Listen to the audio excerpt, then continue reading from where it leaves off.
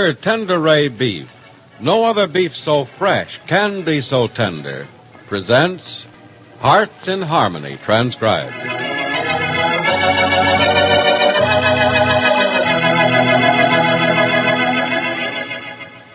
You know, it'll be an eventful day when you can buy just as much fresh and tender Kroger Tenderay beef as you want.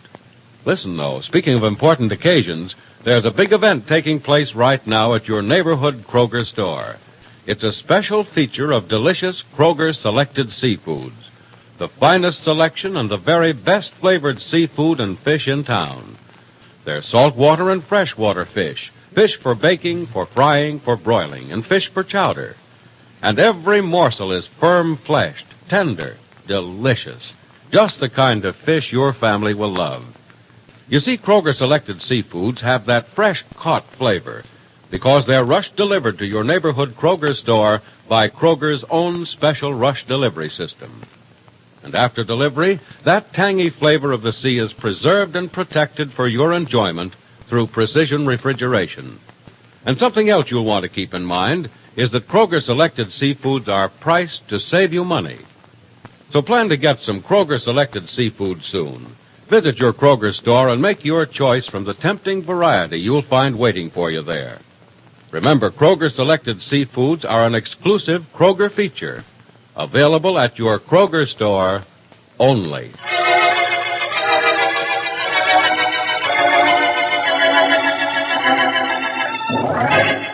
And now, Hearts in Harmony.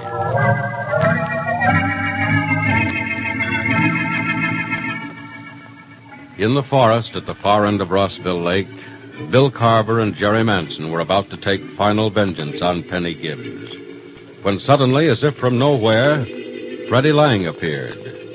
He took the pistol out of Jerry Manson's hand and threw it in the lake, and then turned to fight Bill Carver.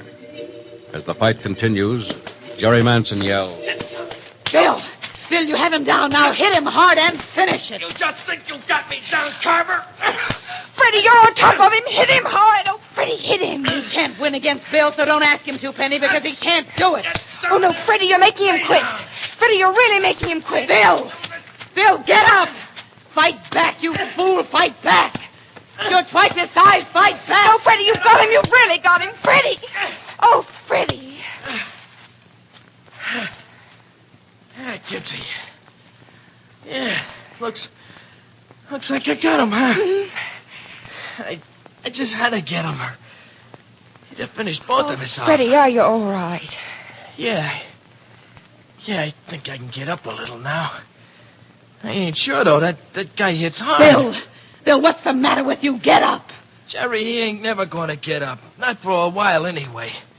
He got up pounding like he's never had before. Well, maybe you fought him and won, but you're not going to beat me. If I was you, I'd just just stand right there, Jerry, and don't move. I got a gun, see? You see it? A gun? I thought you threw it in the lake. Yeah, that was Bill's gun. This one's mine. I didn't have time to use it before. I'd have saved myself the trouble of having to knock him asleep. Now, you just stand there and be a good girl, Miss Manson. Gibbsy. Oh, yes, Freddie. Where's the rope that they had your hands tied up with? Right here on the ground. Can you tie up knots? Good tight knots? Yes, I think so. Okay. Jerry, put your hands behind your back. Go on, do like I say. Please don't tie me up. Are you begging now, Jerry? Do like I tell you, Jerry, or I won't wait a couple of days to pull a trigger on this gun. All right. That's better. All right, Gibbsy, get the rope. All right, Freddie, I have it. Now tie her hands behind her. Good and tight, too. So tight it's going to hurt her. Don't care how much it hurts either, because she didn't care nothing about how you felt before. I think just good and tight will be safe enough, Freddie. Don't take no chances on her, Gibbsy. You know, that's a good way to get your neck in a sling. And still, Jerry. Hey, you come with that rope. I'm almost finished, Freddie. You don't have to break my wrist. Jerry, I'm sorry, but I think Freddie's right. Foolish to take chances with you. Ow! Don't let the ouch worry you, Gibbsy. She was trying to make you say more than just ouch before. Did you get her tied? Yeah. Good and tight, too. Swell. Now take her back to the car. All right. What about Bill? I'm turning him over. Tying him up. Waiting for him to come to. Guess you better wait here totally, does, Gibbsy.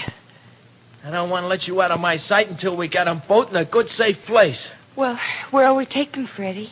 Gibbsy, for a smart dame, you sure can ask some awful dumb questions.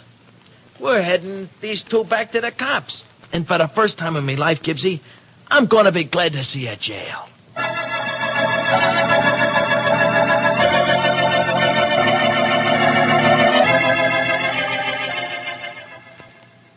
Do my eyes deceive me, or is this Freddie Lang standing in front of me? I thought you swore you'd never again set foot inside a police station, Freddie. Well, that was with your copper pals dragging me in, Captain Harlow.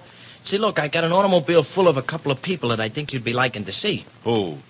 Bill Carver and Jerry Manson. What? Yeah. They're both out there in Bill's car, tied up like sacks of potatoes, and Gibbsy's out there keeping an eye on them. Miss Gibbs. Uh-huh. You were with Carver and Jerry Manson? No, I wasn't with them. I was against them, Copper. So don't go getting any ideas that you're going to arrest me, see? Gibbsy will tell you what happened. But look, before anything else happens, get out there and toss Carver and that Manson dame in a jug, will you? I'm tired of doing a cop's job around here.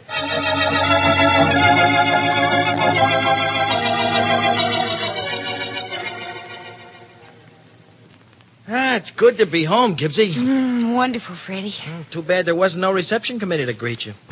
We're here all alone. Well, Patton says that and the baby will be here soon enough. Oh, Oh, Freddie Hall, I thank you for all you've done. well, that'd be easy, Gibbsy. Just don't call me a liar every time I open my yap, huh? Have I done that? Well, honest, all I've had to do was to say good morning to you lately, and you'd say I was lying. Freddie. Hey, look, speaking of morning, what time is it anyway? Golly, it's 10 o'clock. We've been up all night.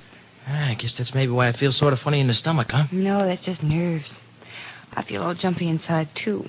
You're lucky you can feel anything right now. I know.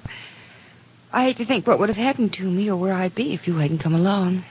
I didn't mean for you to bring that up, Gibbsy. I just meant that... Well, I thought... I didn't mean nothing, I guess.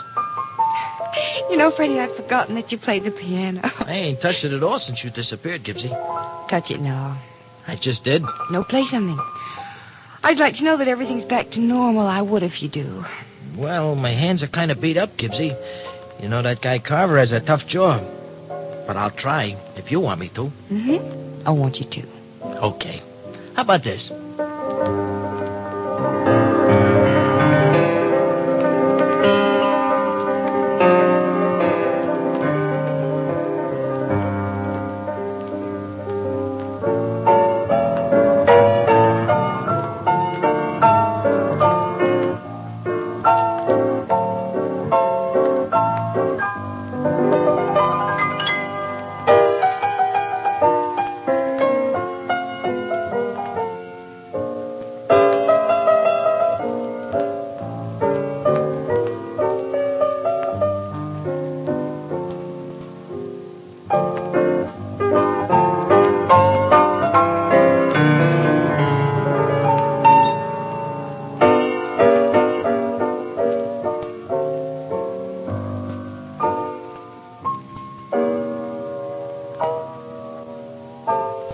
Oh, Freddie, that was beautiful. Oh, there's the doorbell. Excuse me. Yeah, sure. But ain't that just my luck, though, Gibbsy? I'm about to get a pat on the back and the doorbell rings. Freddie. Ah, well, that's your luck.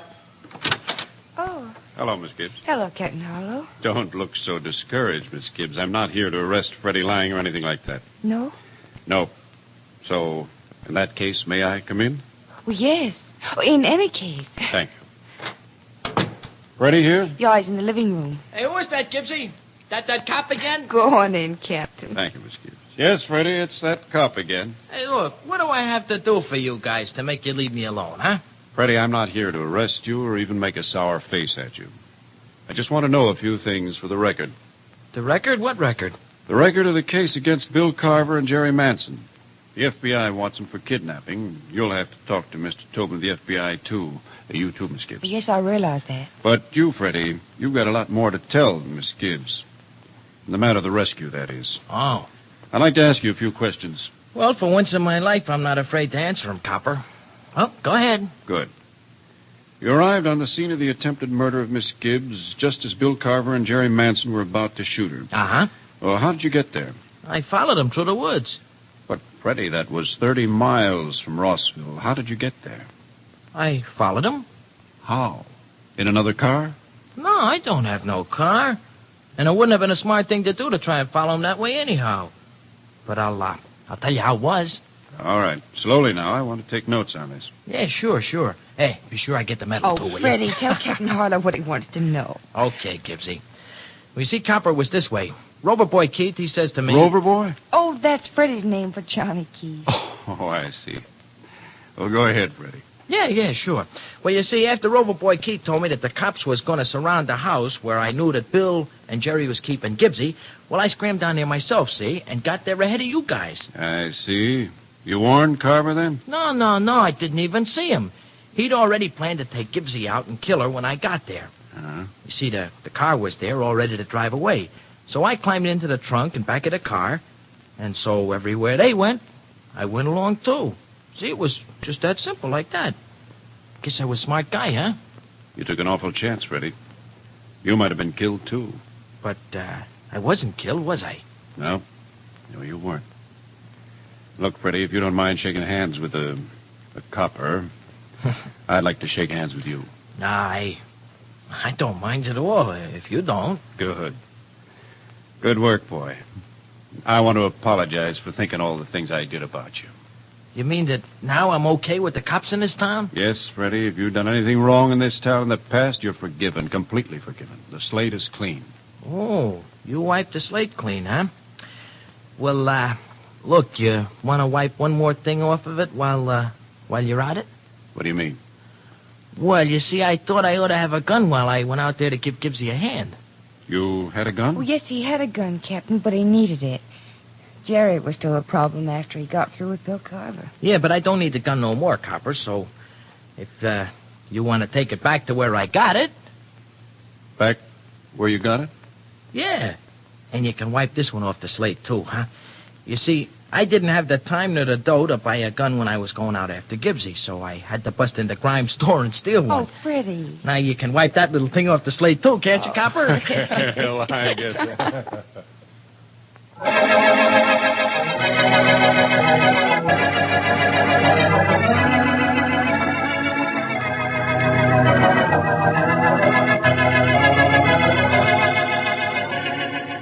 Well, Penny is safely at home, and Freddie Lang seems to be in the good graces of the police, too. Will this mean peace at last for Penny, or will new troubles take the place of the ones she's just had? Are Bill Carver and Jerry Manson out of her life forever? Be sure to listen to the next dramatic episode of Hearts in Harmony.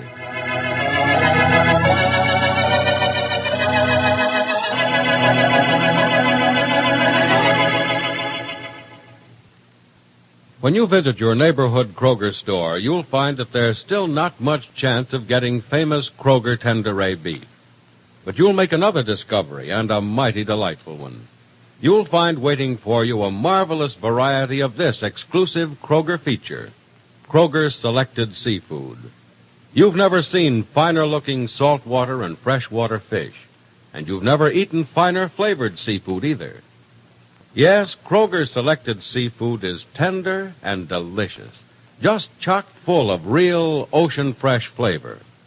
Make up your mind right now to treat your family to a shore dinner